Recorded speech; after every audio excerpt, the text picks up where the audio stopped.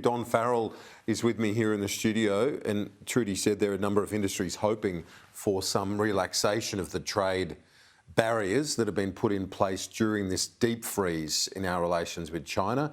Your colleague Richard Marles met his counterpart again today, which is another sign of the thaw. When should we expect to see the trade relief? Look, we're working as hard as we can to bring about a stabilising of our relationship with China. It's only by talking with the Chinese government that we're going to resolve the trade blockages that have been a difficult part of our relationship. We saw that triumph of diplomacy, as you referred to, between Prime Minister Albanese and President Xi last week. I'm in discussions with a range of the affected industries, and we're working out what our next steps might be. It's not an easy issue to resolve, but as I said, it'll only be by discussion that we can get through these difficult times. We want to stabilise the relationship, we want to normalise the relationship with China, and we want the Chinese government to lift the bans on those products. What are they? They're wine, they're barley, they're meat, and they're crayfish. All of those products have suffered significant economic damage in Australia.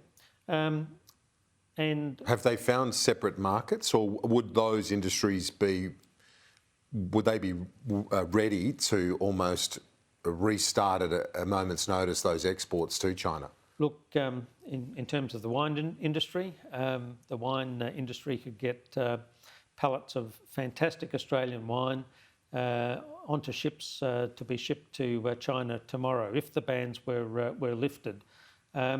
Barley, of course, we have found alternative markets because of the terrible war between Ukraine and Russia. That's created other markets. Again, with meat, there have been some other markets created, but again, we could easily switch production and send to China. Do you hope on the crayfish? Crayfish again is another one that's been really hard hit. We haven't found alternative markets. Costs of production, as we know, have gone up, and there's continue to be some serious issues in the crayfish area. So they would be one that could start sending fresh, live crayfish to Hong Kong tomorrow. Do you think we could see? I'm sure it'd be well received too, as the Australian wine is popular there too, as well as the seafood. But when you look at the calendar, there is the 50th anniversary of the diplomatic ties between China and Australia. Early next month, only a few weeks away is the date. Would you hope that there might be some move around that date as a sign of goodwill?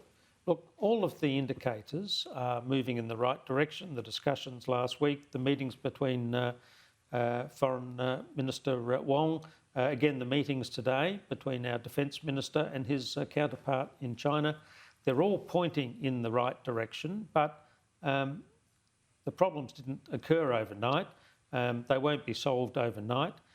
We have to be cautious and careful about how we go about this. Our national interest and our national security are always the priority of this government, but we want to resolve these blockages. We don't want to have to continue with the World Trade Organization disputes.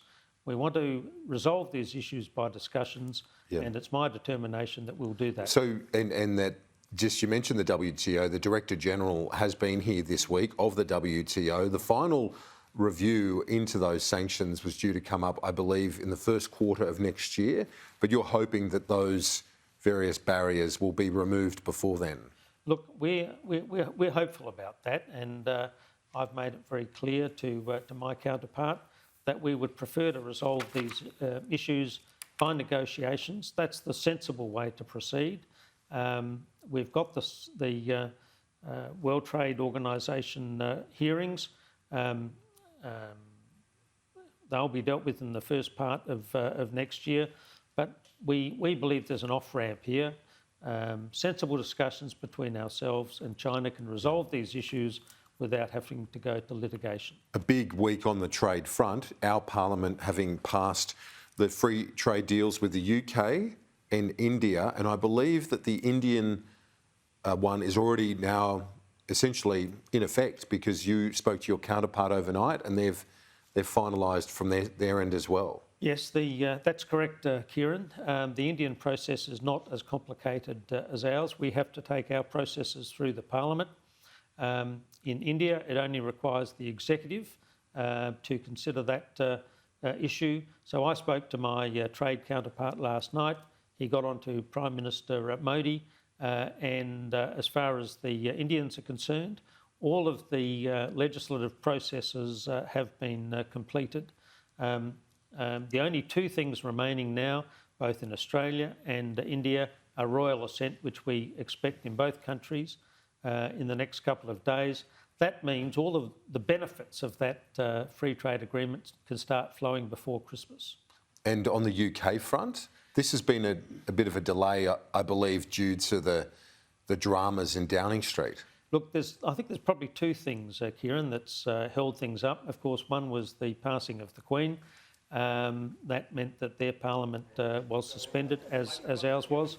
And of course, the change of Prime Minister has also led to some delays. Look, again, I've spoken with my counterpart in the last couple of days. They're determined to proceed with it, but there are a few more steps in the process that have to be completed.